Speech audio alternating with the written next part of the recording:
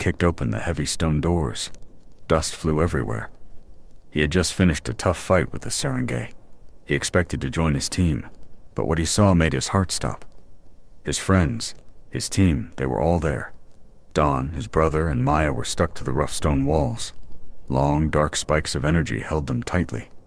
Their faces showed great pain. Dean's eyes widened. A gasp caught in his throat. He couldn't believe what he was seeing. This was a nightmare made real. In the middle of the room, Marcus stood tall. He was no longer the man Dean knew. His skin was rough and scaly. His eyes glowed a hateful red. He had become a demon. In one of Marcus's clawed hands, he held something. Dean looked closer. It was the head of Commander Dillon. His eyes were wide and frozen in a silent scream. Marcus looked at Dean. A slow, cruel smile spread across his demonic face. It was full of evil and victory. Then, without a care, Marcus let Commander Dillon's head fall. It landed on the hard stone floor with a dull, heavy thump. The sound echoed in the silent room. Behind Marcus, a huge tear in the air pulsed. It was dark and angry, like a wound in the world. Red and black light streamed from inside. This was the gate of hell. Dean let out a terrible roar. It was a cry of pure fury, deep pain, and a thirst for revenge. He felt his blood burn with anger. On the wall, Don watched his brother. He was in great pain, but his mind was clear. He knew this was their last chance. He had to help Dean. Don closed his eyes. He began to whisper ancient words. It was the Sonib spell, usually used to force evil out. But he would use it to give power. He focused his mind, aiming the spell at himself. He was going to cut off his own link to the veil. This was where his magic came from. A sharp, burning pain shot through Don's body. It felt like something inside him had broken. His connection to the veil, his source of magic, was gone. Every bit of magic he had left, every drop of his being, flowed out of him. He pushed it towards Dean like a powerful current in a river. Don felt utterly empty. His body went limp against the dark spikes holding him.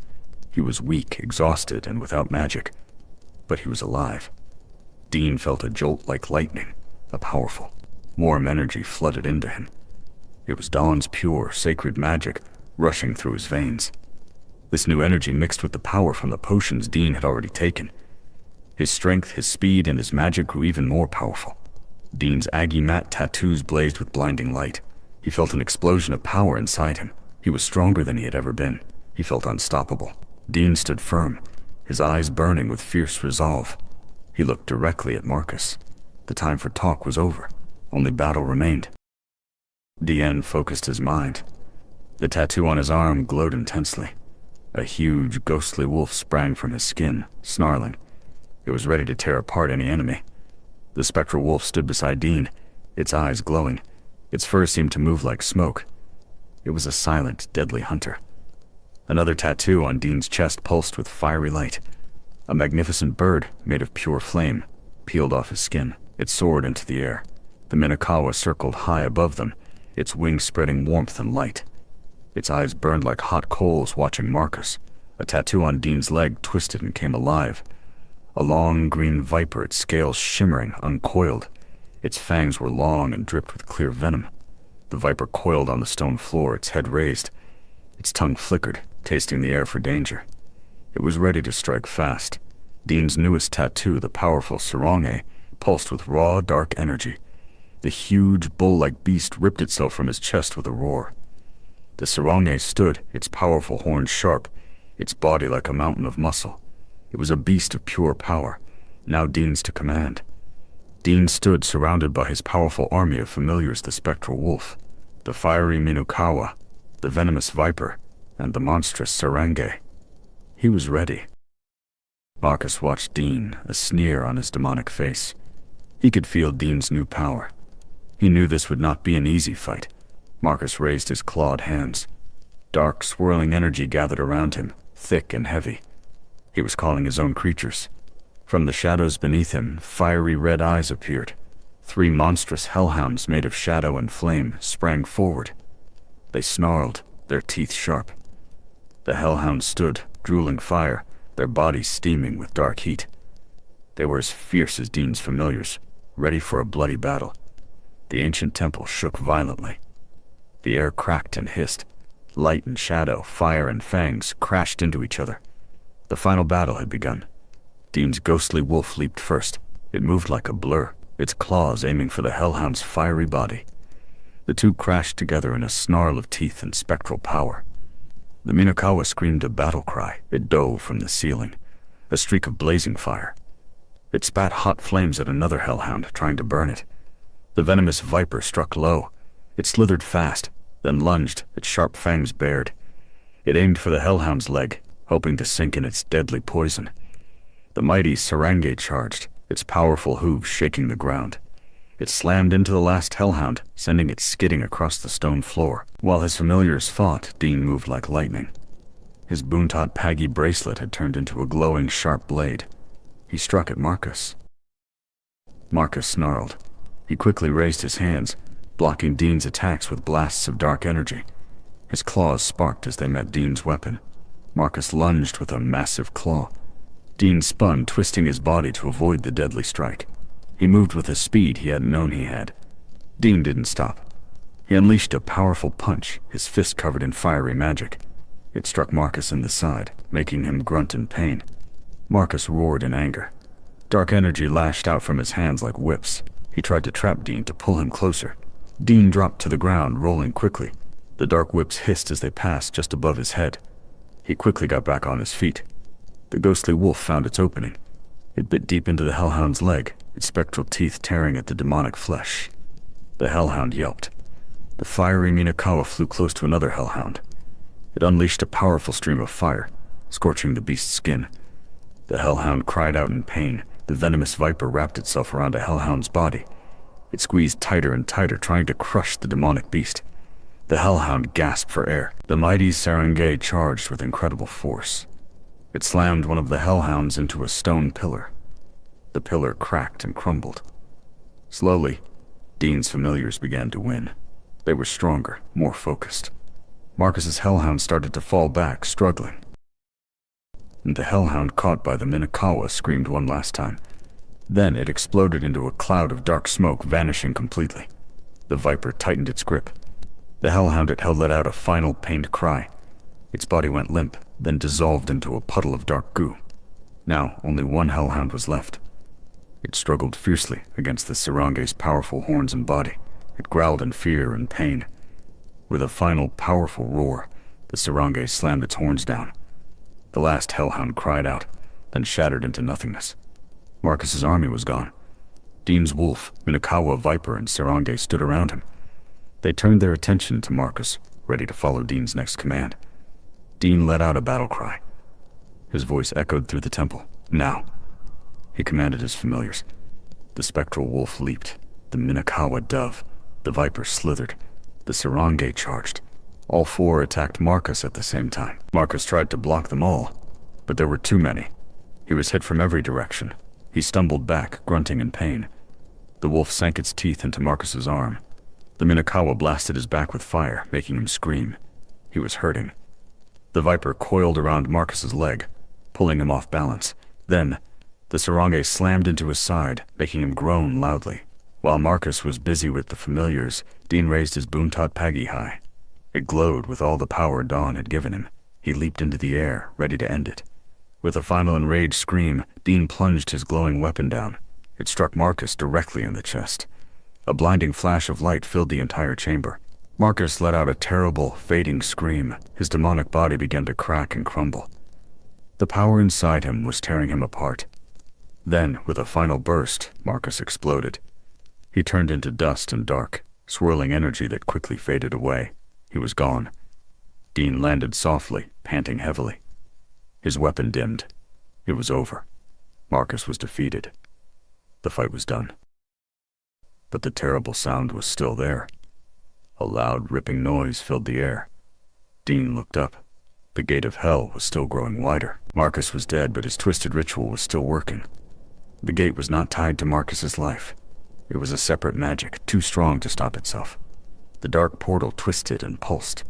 It grew larger and larger, like a hungry mouth. Soon, it would be wide enough for terrible things to come through.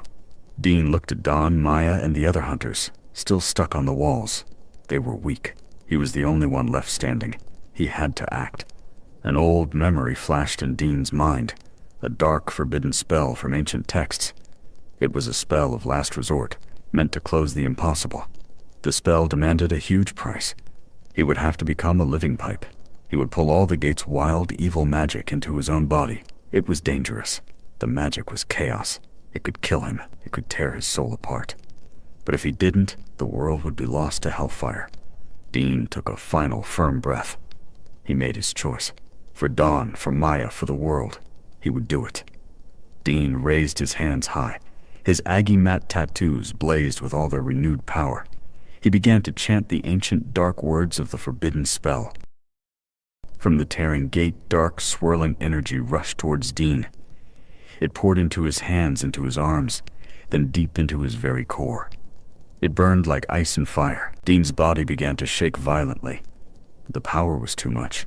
It felt like 1,000 needles inside him, tearing him apart. He screamed. As Dean absorbed the magic, the gate of hell began to pull back. It twisted and shrank, slowly closing in on itself. The terrible tearing sound grew weaker. The power from all the stolen Aggie mats rushed into Dean. They lay on the floor, now dull and lifeless. Their magic was gone, consumed by Dean. Pain screamed through every part of him. But Dean pushed through it. His will was like steel. He would not stop until the gate was shut. With one last, powerful, agonizing scream, Dean forced the very last bit of magic into himself. His entire body glowed with blinding white light. Then, with a mighty, echoing crash, the gate of hell vanished. It was gone. The world was safe. The ritual was stopped. But the mix of sacred and demonic magic inside Dean was too much. It was a volatile storm. He felt a sharp, cold snap deep inside him. His spiritual core shattered. His knees buckled. The bright light around him faded quickly. He fell hard to the cold stone floor, unconscious, utterly spent. Darkness swallowed the chamber. All was still. Only silence remained. When the light slowly returned, the world was different. It was quiet. It smelled clean and sterile, like a modern hospital. Dean lay in a soft, white bed. Wires and tubes connected him to many machines. His chest rose and fell slowly. He was in a deep coma. Sitting beside Dean's bed was Dawn. He looked tired, but his eyes were open. They no longer held the special glow of his magic. He was recovering, but empty. Dawn slowly reached out a hand. He gently touched Dean's arm. He felt nothing from his brother, no familiar warmth of power, just cold skin. And inside himself, Dawn felt a vast, empty space. His magic, his connection to the veil, was gone. A void had replaced it. He had saved Dean. The world was safe, but the price was immense. He was a hunter without magic now, a guardian who could no longer sense the unseen. Days slowly turned into weeks. Dean remained still. Dawn remained by his side, waiting, hoping for any sign of his brother's return. Far away from the quiet hospital, Maya sat in front of her camera. She looked tired, but her eyes held a spark of fierce resolve. She had work to do. She had to protect the veil. She had to make sure no one knew what really happened. The world could not know about the monsters or the magic. Maya took a deep breath. She smiled brightly at the camera, a professional mask. "Hello, truth seekers," she said in her clear voice. "Let's talk about those strange happenings. Many of you have been asking about the odd shakes and tremors felt in Manila," Maya said calmly. "Our experts confirm it was just a rare localized seismic event. And those strange bright lights over the city?" She continued, with a knowing wink. "Scientists say it was a very unusual weather effect, a kind of atmospheric electricity discharge." Maya spoke smoothly, using big words and made up facts. She had an answer for everything. She was very good at making the unbelievable sound normal. With every word she spoke, the invisible veil of secrecy grew stronger. She carefully pulled it back over the world, hiding the truth from human eyes. Just a few nights ago, the world was on the edge of seeing everything. Monsters, magic, and the horrors of hell. It was almost revealed. But now, the great battle was a secret once more. Only a few people knew the real story. The witching hour's job was done for now. Maya finished her vlog. She leaned back in her chair, sighing softly. She was very tired, but her duty was done. She had saved the secret. Outside her window, the city lights twinkled. People slept, unaware of the battle that almost tore their world apart. Unaware of the brave souls who fought for them. The world was quiet again. but the scars of the great battle were deep, even if they were unseen. They would not heal easily. The first season had ended. A great evil was stopped, but at a terrible cost. The fight for the veil was far from over.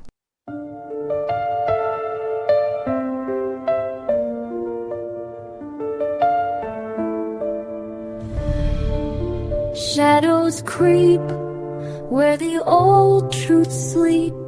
City lights blur what secrets stir.